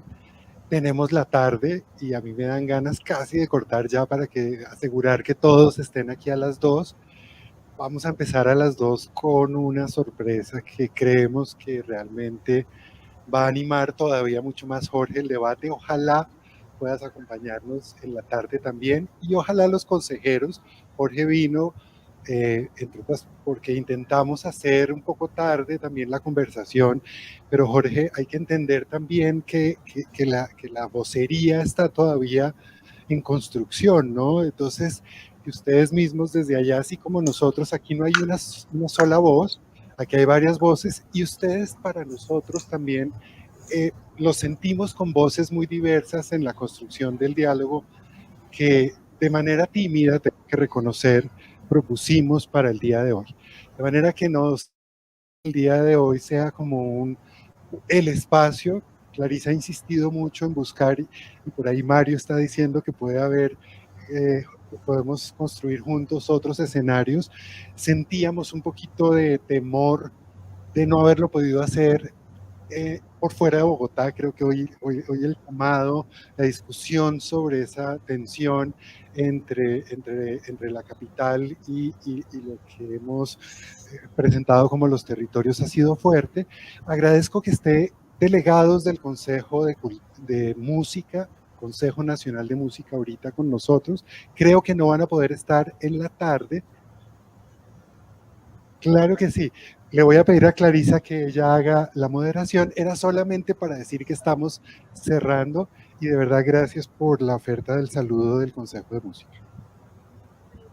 Claro, un minutico, por favor. Y todavía, porque todavía quedan dos preguntitas y un poquito de tiempo de nuestro panel, entonces antes, pero gracias por invitarlos a que estén con nosotros a las 2 de la tarde. Bien, muchas gracias. En la tarde no podemos estar, entonces vemos importante este saludo. Vemos con agrado todo lo que aquí se ha comentado, en cualquier dirección que vaya. Desde las regiones nosotros al final somos los que terminamos haciendo la ejecución o llevando a la vida real todo lo que aquí se sueñe, se imagine desde la capital. Yo como consejero de la zona Centro-Sur Amazonía, vengo de Ibagué, mis compañeros están acá, estamos en pleno todos los miembros del Consejo de Música, Nacional de Música, y créanme que este momento lo vemos como una gran oportunidad. Ojalá podamos deponer un montón de situaciones complejas que sabemos que en el transcurso de las múltiples violencias que desarrolla nuestro país terminamos generando y que nos terminan imposibilitando ponernos de acuerdo en lo esencial. Lo esencial es que allá hay unas comunidades, que allá hay un país que espera que no todas las soluciones, pero sí unas orientaciones que nos pongan en consenso y que nos ayuden a sacar adelante la patria, porque cada vez la sentimos más distante, más perdida, más ajena, más extraña. Entonces, el saludo, la gratitud a la universidad, a los convocantes, al ministerio también por permitirnos estar aquí esta mañana. Y la tarea la estamos haciendo en las regiones y la vamos a seguir haciendo desde la educación. Para nosotros las escuelas de formación terminan siendo la alianza estratégica y la alianza real en el territorio del Estado y la población civil. Y si vemos que eso debería verse también como algo positivo y buscar la forma de que con el respeto a las diversidades se sigan fortaleciendo y se siga haciendo un trabajo fuerte en el tema de formación, porque así como muchos son intérpretes y son grandes virtuosos, yo que pertenezco a una comunidad donde la música clásica es muy importante, desde el Conservatorio del Tolima, de donde soy egresado, también les puedo decir que muchos también sí tenemos la vocación de ir a quemarnos el lomo con la comunidad. Entonces tampoco es justo pensar que las escuelas de formación sean castristas o estemos haciendo o estemos atentando contra el proceso o el libre desarrollo de nuestras comunidades, porque también hacemos y somos Estado en muchas veces, en muchas ocasiones, y terminamos haciendo... No, bueno, es un término que sí, que nos vendieron y se nos quedó ahí acunado. No, me refiero al hecho de que cuando digo castrista es que no estamos impidiendo el desarrollo de la comunidad. Al contrario, somos en muchos aspectos quienes convocamos aún en medio de las situaciones complejas. Muchas gracias a ustedes por la invitación y estamos atentos también a los resultados y a mirar esto. Me imagino que está quedando grabado porque hemos escuchado cosas muy interesantes. Felicitaciones a quienes estuvieron en la palabra. Muchas gracias. Gracias, consejero. Entonces tenemos una persona que está preguntando sobre cómo puede conseguir los datos de Carolina Santamaría, los rangos salariales, en fin, las estadísticas. Entonces ya nos ocuparemos de la señora Arisa. Está la maestra Sara Melguizo, que está preguntando a quién le corresponde desarrollar el mercado laboral. Y ella sugiere que debería ser la universidad. Considero que la oferta de la universidad debe seguir encaminada a ampliar el criterio de sus estudiantes y que el desarrollo laboral se encargue otro sector. Ahí, pues, como en todo este panel, todavía subyacen tensiones muy complejas, muy trabajadas desde otros ámbitos. Entonces, pues, yo solo pienso que aquí queda todavía muchas, digamos, disyuntivas sin resolver, pero quiero darle la palabra a Santiago para terminar. Muchas gracias. Quiero respecto a la intervención del maestro Sosa, decir que entiendo, digamos, obviamente con todo el respeto, he expresado, digamos, como las ideas que he puesto sobre la mesa y que tal vez sí la expresión meseros, que pretendía ser un poco irónica, pues seguramente es incorrecta. Entonces, pero obedece seguramente a una insatisfacción que he venido sintiendo en distintos espacios, seguramente no en el que ustedes lideraron en música, pero sí en muchos otros, en donde, digamos, la participación activa en muchos espacios de deliberación no ha sido o no se ha podido aterrizar de manera concreta a procesos de política pública evidentes, como el plan de desarrollo, como algunos planes de acción y como algunos pronunciamientos que dejan ver que muchas de las propuestas que se han puesto en los territorios, particularmente en esa Colombia profunda del Chocó, de Guainía, de las zonas caribes, donde se hicieron muchos ejercicios de conversación, pues no están siendo lo suficientemente valorados en los escenarios de decisión política y discursivos. Entonces, tal vez la expresión pudo haber sido, seguramente como para aquí, pues como poner un debate un poquito más picante, pero quiero que no quiero ser malinterpretado porque obviamente respeto profundamente los espacios de deliberación, de conversación, pues eso fue lo que estaba diciendo y seguramente esa expresión no era la adecuada. Yo, como lo dije y lo repito y con esto termino porque no quiero demorarme mucho, estoy muy comprometido y quiero que le vaya muy bien a este proceso. Han sido muchas luchas y mucho tiempo para que se den estas transformaciones que todos anhelamos y a veces seguramente la preocupación que muchos compartimos es que ese momento, al menos en la cultura, no se vaya a dar. Yo estoy seguro que sí, estoy seguro que personas como tú y como muchas otras personas muy calificadas, tanto dentro como fuera en la sociedad civil, pues podrán ayudar a que suceda. Y parte de eso muchas veces es no construir una sociedad del mutuo elogio, es también aprender a decirnos las cosas como tienen que ser dichas, inclusive cuando ellas son difíciles, sin que necesariamente con eso no se construya una oposición, sino más bien una deliberación propositiva que mira hacia el futuro. Ha habido mucho trabajo detrás de todo lo que se ha dicho acá. Las personas y las que han estado acá trabajan demasiado y no pueden ser, digamos, aplanado lo que se está diciendo acá. Bueno, muchas gracias.